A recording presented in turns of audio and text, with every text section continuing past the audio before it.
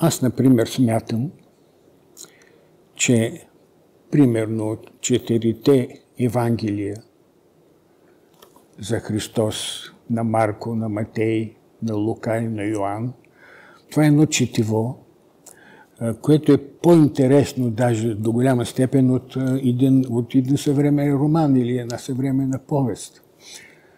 Защо нашите деца да не ги четат, да не ги научат? Защо да не знаят кой е точно Исус Христос, какъв е бил неговия живот, коя е била неговата майка, как той е бил разпънат на кръста, как той е възкръснал. Това са неща, които едно дете, а след това един младеж трябва да ги знае. Това не означава, че ние ги учим на религиозност, защото това е личен избор. Родителят може да реши дали детето да вярва в Господ или не. Но Исус Христос е личност, която е съществувала.